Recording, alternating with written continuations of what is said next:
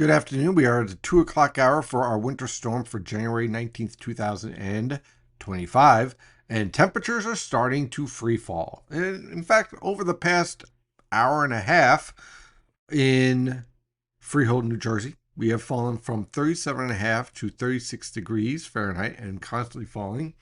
And the precipitation now is a mix of rain and snow and sleet still, but gradually picking up more and more snow as we go on through the afternoon. We're starting to see again reports of snow throughout northern New Jersey, some reports out here in Long Island and New York City.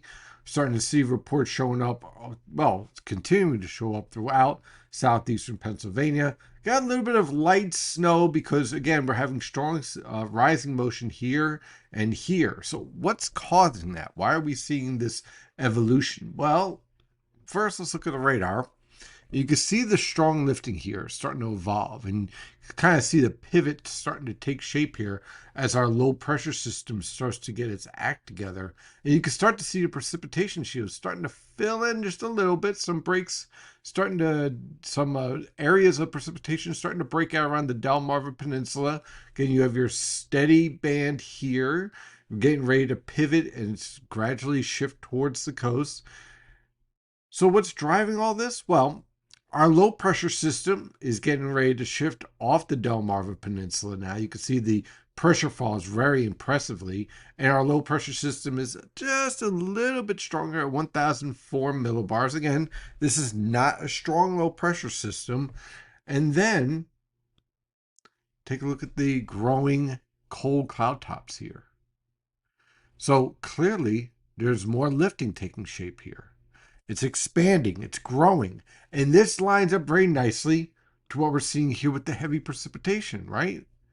So, why is that evolving? Well, because this strong short wave is starting to interact with the waves of low pressure and the frontal boundary. So, this has been very well forecasted with this strong short wave coming in. Now, the question is, as we see this lifting starting to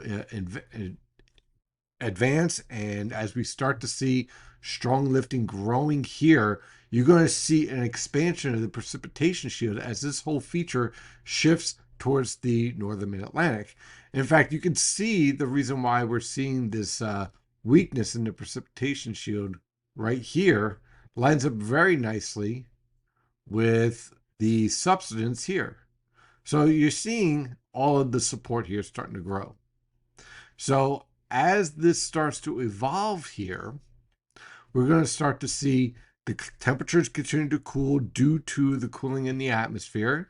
And you're going to see the lifting that's associated with all of this moisture.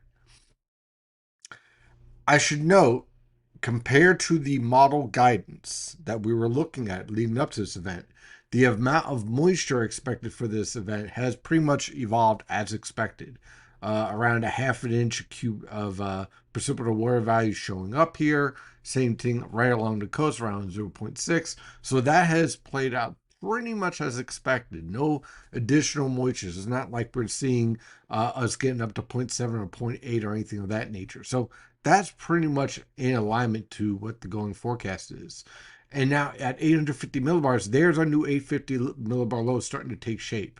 And the close to end of the warm air transport at the mid levels at 850 millibars is coming to an end.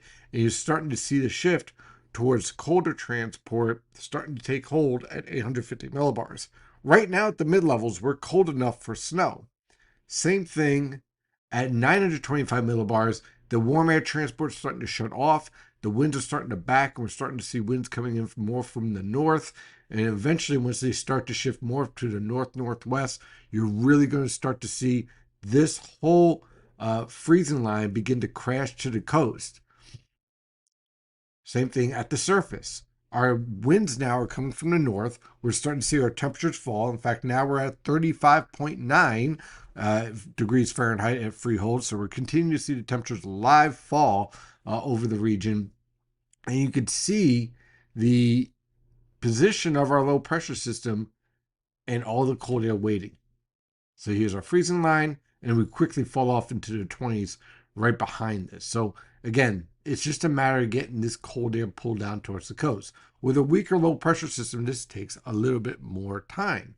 So, is this any different from what we were forecasting? No. The forecast, again, for the coast, will see a changeover by 8 p.m. So, if it's later than 8 p.m., then this is more likely an inch. If it's earlier than 8 p.m., then more likely we're getting closer up more towards that 4 inches. Latest mesoscale model guidance is leaning towards the lower end on the immediate coast. It's a bit more of a mix here on the I-95 corridor. Again, if it takes longer than 5 p.m. for a changeover, then look at more like 4 inches. If it's shorter than 8, then you're looking closer towards 8 inches. And again, we're going to have to watch to see how the mesoscale banding takes shape. All of this heavy precipitation is banding that takes shape, and see how that plays out on the coastal plain on the I-95 corridor.